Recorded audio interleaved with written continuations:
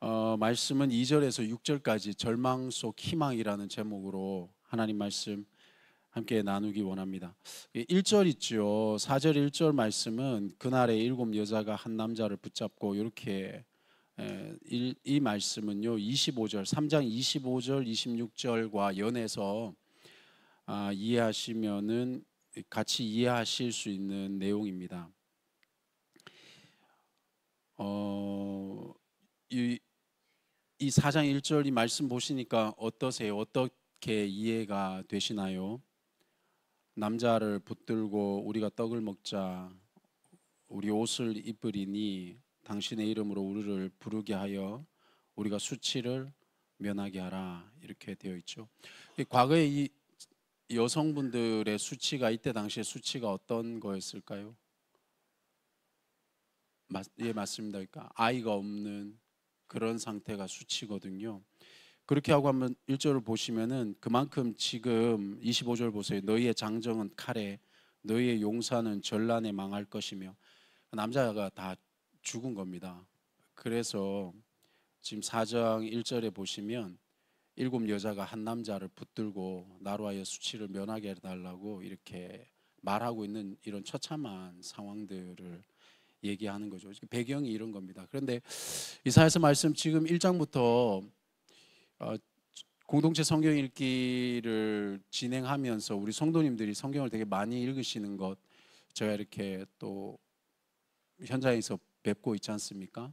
그러면서 동시에 또 우리 대형 공동체가 함께 성경 읽기를 하다 보니까 성경을 또 한 번도 안 읽으신 분들도 계시더라고요. 그래서 교회에서 함께 읽으니까 같이 또 성경을 읽으시는 분도 계셔서 너무 감사한 것 같습니다. 그렇게 우리가 성경을 함께 읽고 있는데요. 실은 이 이사야서가 왜 어려울까요?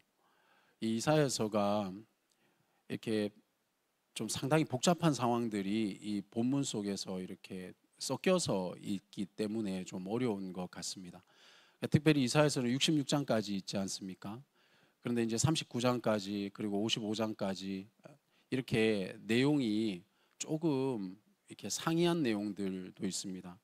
그리고 앞서서 뭐 1, 2, 3장 설교를 다 들으셨겠지만 이 설교 중에 내용도 보면 이 본문이 그렇게 이렇게 막 연결성이 있어 보이지 않을 때도 생기거든요. 그런 게 이 성경을 읽는 어려움일 수 있습니다. 그럴 때 성도님들 너무 당황하지 마시고요. 그럴 때 너무 당황하지 마시고 조금 선입견만 살짝 내려놓으셔도 성경을 읽는데 좀 도움이 되십니다. 그 선입견이 뭘까요? 저희는 1장 다음에 2장, 2장 다음에 3장 이렇게 이제 생각하시잖아요. 그러니까 아침 오면 점심 오듯이 1장 다음에 2장 이렇게 순서적으로 성경이 다 진행될 것처럼 그렇게 은연중에 생각하고 읽으실 수 있거든요. 그렇게 안 되더라도 당황을 안 하시면은 괜찮습니다. 다 하나님의 말씀이시니까요. 아멘. 그래서 그런 조금 매끄럽지 않은 상황이 되었을 때 그런 선입견만 살짝 내려놓으셔도 성경 읽으시는데 도움이 많이 되실 거라 생각이 듭니다.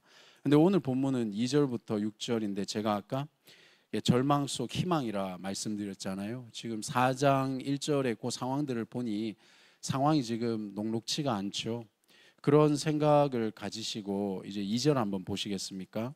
그날에, 그날이라는 것은 2장 2절에 나와 있는 그 말씀과 연관성이 있습니다. 종말을 얘기를 하는 겁니다. 그래서 마지막 때라는 종말도 있을 수 있겠지만 네, 이 종말적인 그런 상황입니다. 심판적인 상황 뭐 이렇게 어려운 상황이죠. 그날에 여호와의 싹이 아름답고 영화로울 것이라 이렇게 표현되어 있죠. 이 싹이라는 것은 조금 이중적인 그런 의미가 있습니다. 싹은 부드럽죠. 그러나 연약하죠. 하지만 그 싹 속에는 어떻습니까? 생명이 있고 또 어떻게 번창할지 알 수 없죠. 그게 이제 지금 여기 나와 있는 2절에 보시면 여호와의 싹이라는 표현입니다. 연약하지만 희망이 있는 상태인 거죠. 그런데 그것이 11장 1절에서는 어떻게 표현되냐면 이새의 줄기 이렇게 표현을 합니다. 우리가 잘 아시다시피 이새는 저희가 다윗이 이새의 아들이지 않습니까? 그러니까 이 여기에 여호와의 삭시라는 표현은요, 조금 더 넓은 맥락으로 볼 때 지금 이게 다윗의 때도 아니잖아요. 그러니까 이새의 줄기를 따라서 누가 나십니까? 메시아가 나시잖아요, 그렇죠? 그래서 이런 종말적 상황에 하나님께서 구원해 주시는 것이라고 이해를 하시면은 어떠실까요? 그 한번 계속 보시겠습니다. 그 땅의 소산은 이스라엘의 피난한 자를 위하여 영화롭고 아름다울 것이며, 이 피난하는 상황을 조금 더 잘 묘사해 주는 게 지금 3절의 내용입니다. 시온에 남아 있는 자, 예루살렘에 머물러 있는 자, 곧 예루살렘 안에 생존한 자 중 기록된 모든 사람은 거룩하다 칭함을 얻으리니. 그러니까 이 피난한 자를 조금 더 이렇게 묘사한 내용이 3절로 보시면 되거든요. 그런데 그러면 피난한 자는 누구일까요? 피난한 자라는 의미는요, 보통 지금 이 상황에서는 이스라엘이 하나님 앞에 징계를 받는다라고 생각을 하시면은 맞거든요. 그래서 그 징계 속에서 살아남은 자들이 바로 이 피난한 자들이 될 것입니다. 근데 그 특징이 3절에 보여집니다. 보시겠습니까? 시온에 누구라고요? 예, 남아 있는 자라고 표현되어 있습니다. 니스아르라는 단어인데요. 이 남아 있는 자는 저희가 이 역사적 배경을 조금 이해해야 됩니다. 이 바벨론이라는 강대국이 이스라엘을 유다를 침공해서 이제 포로로 3차에 걸쳐서 잡아갑니다. 그런데 그 포로로 잡아갈 때에 귀족들 위주로 잡아갔다고 그렇게 보편적으로 얘기를 합니다. 그리고 이제 성경에도 그렇게 기록이 되어 있죠. 다니엘 같은 사람이 또 뭐 그런 사람 중에 한 명일 거라고 이렇게 뭐 생각이 되어집니다. 근데 귀족들 위주로 잡아갔다라는 것은 그 나라의 운영을 함에 있어서 남아 있는 사람들은 아무래도 상대적으로 조금 연약한 사람들이 남아 있겠죠. 신분적으로 비천하거나 조금 어려운 사람들이 남아 있을 수 있겠죠. 그런데 요때 이렇게 남아 있는 자, 3절에 있는 이 남아 있는 자는 본인이 원해서 남았다기보다는 남겨진 것이 맞겠죠. 그런 의미에서 이 한글이 조금 표현할 수 없는 뉘앙스가 남겨진 사람들인 겁니다. 남겨진 사람들. 계속해서 보시면 예루살렘에 머물러 있는 자라는 뜻인 겁니다. 이건 노타르라는 단어거든요. 머물러 있다라는 것은 본인이 의지적으로 예루살렘에 남아 있는 상태를 얘기하는 겁니다. 그러니까 의지적으로 남아 있는 것은 왜 남아 있을까요? 희망을 가지는 겁니다. 어떤 희망일까요? 여호와께서 오신다, 메시아가 구원하신다, 하나님께서 우리를 회복시키신다라는 같은 이러한 희망과 신앙을 가지고 남아 있는 분들이, 머물러 있는 분들이 바로 여기에서 말하는 노타르, 예루살렘에 머물러 있는 자라는 뜻입니다.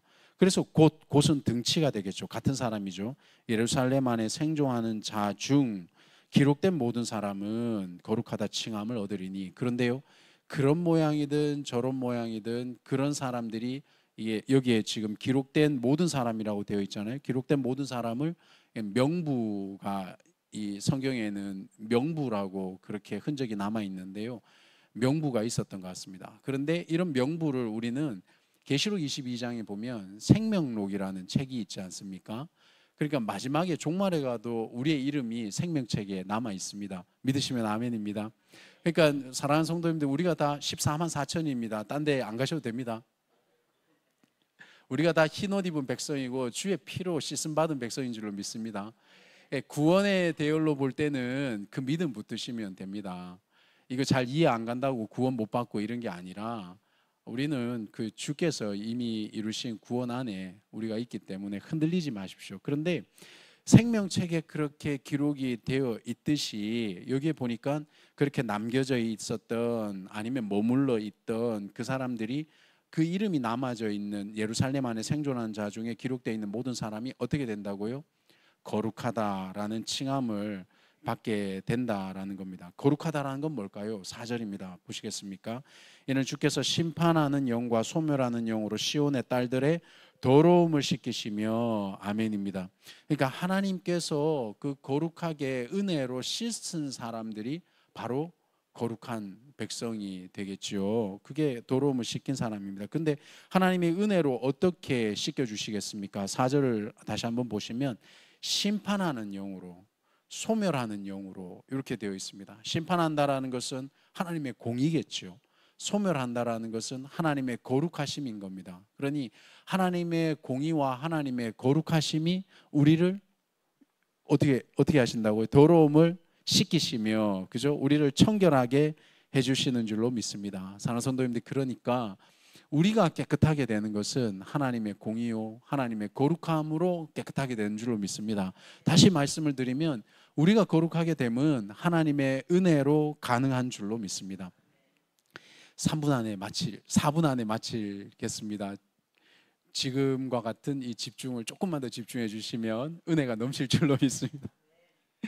예, 혹시 뭐 이렇게 뭐랄까 조금 설교가 언제 마칠지 몰라서 이렇게 집중하기 힘드신 분들을 위해서 혹시라도 계실까 싶어서 말씀드렸습니다. 30초가 지났네요. 네, 제가 3분 30초 안에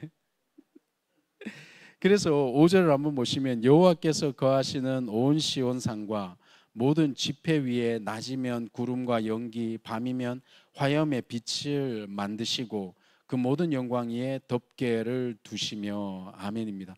여기 이 여호와께서 거하시는 온 시온산과 뭐 이렇게 모든 지폐 위에 낮이면 구름과 빛을 만드셨다 이렇게 했잖아요. 근데 이 단어가 창세기에는 바라라는 단어로 나옵니다. 그 뭐냐, 창조할 때에 그것을 말씀해 주시는 거거든요. 그러니 그러한 작용으로 지금 5절에서는 이 회복한 은혜로 깨끗하게 해주신 백성들을 이끌어 주시는데 그 모든 영광 위에 덮개를 두셨다 이렇게 표현을 합니다. 덮개라는 것은 이 이스라엘 뭐 어떻게 표현할까, 이 문화적인 부분인 것 같은데요. 머리에 이렇게 너울처럼 쓰는 그런 이미지를 상상하시면 좋을 것 같습니다. 뭘로요? 하나님께서 거하시는 시온산 위에 이렇게 하나님의 은혜로 창조하신 것들로 이 덮어주시는 상태, 이게 뭘까요? 우리가 은혜를 받고 마치 새하늘과 새 땅이 임한 것처럼 그렇게 하나님께서 우리를 새롭게 단정해 주시는, 근데 이렇게 새롭게 단장해 주는 게 오늘날에는 뭘로 남아 있습니까? 그리스도의 신부인 교회로 남아 있지요. 오늘날에는. 그렇죠? 우리가 그런 상태인 겁니다. 주님 오신 날을 기다리고 있지만 현재는 주님, 우리가 성령을 모시고 있지 않습니까? 하나님과 함께하고 있거든요. 그러니 그 날을 기다리면서 그분과 동행하고 있는 상태인 겁니다. 할렐루야. 예, 이게 우리가 여기서 지금 실은 조금 어려운 상황에 있는 것 같지만 하나님이 떠나신 게 아니라, 그분의 영광이 떠난 게 아니라, 이거 지금 이 5절의 이 표현은 출애굽기 때 봤던 표현이잖아요. 그 하나님께서 불기둥으로 구름기둥으로, 그렇죠? 그 영광으로 덮어주셨잖아요. 회막 위에 구름의 영광에 하나님이 임하셨잖아요. 시온자 위에 임하셨잖아요. 그러한 모습이 지금 5절에 동일하게 반복되어지고 있는 거죠. 그러면 오늘날에도 그런 은혜가 동일하게 우리에게 있는 줄로 믿습니다. 그런데 그런 상태로 주님의 이 구원하실 날을 기대하면서 살아가는 겁니다. 비록 현실은 좀 거친 광야와 같지만, 죄송합니다, 많이 거친 광야와 같지만, 그래서 6절에 보시면 또 초막이 있어서 낮에는 더위를 피하는 그늘을 지으며 또 폭우를 피하여 숨는 곳이 되리라. 사랑하는 성도님들, 그렇게 하나님께서 우리에게 은혜를 덧입혀 주시고 우리를 덮으셔서 함께 하시는데, 그런 작용을 보니까 6절에 초막이 있다라는 겁니다. 초막의 역할이 뭡니까? 더위를 피하고 폭우를 피하는 이런 역할을 하신 거죠. 그럼에도 불구하고 우리에게 오늘날 필요한 게 뭘까요? 초막이 필요하다는 겁니다. 사랑하는 성도님들, 그래서 절망 속 희망이라고 제가 제목을 한번 지어봤습니다. 오늘 이사야서 4장 말씀이 우리에게 이런 희망을 주셨으면 좋겠습니다. 현실은 이렇게 다 끌려가고 남아져 있는 것 같고, 때로는요 그렇지 않습니까? 나는 일부러, 나는 의지적으로 남아서 하나님이 일을 하는 것 같지만, 그런데 가만히 보면요, 내가 남은 것 같지만 남겨진 게 은혜고요, 또 내가 남겨진 것 같지만 또 가만히 보면 그게 또 남은 거고요. 그죠? 옛말에 그런 말 있지 않습니까? 못난 형이 집 지킨다고. 실제로 못나서 집 지켰겠습니까? 그 형이 있었으니까 그 집이 유지됐던 거 아니겠습니까? 마치 그런 것 같은 느낌으로 오늘 우리에게 하나님께서 위로해 주신다면 어떨까 하는 생각으로 말씀을 준비했습니다. 사랑하는 성도님들, 어제 금요일에도 담임 목사님께서 요즘에 계속해서 하나님의 은혜 안에서 이기시기를 말씀을 전해 주시는데요. 그런데 또 현실을 가만히 보면 또 계속해서 분투해야 되고 또 싸워야 되고 막 이런 일들이 있지 않습니까? 그런 가운데도 오늘 6절의 말씀처럼 초막이 있어서 하나님의 은혜 가운데서 더위를 피하시고 또 하나님의 은혜 가운데서 폭우를 피하시길 주님의 이름으로 축원드립니다. 기도하시겠습니다.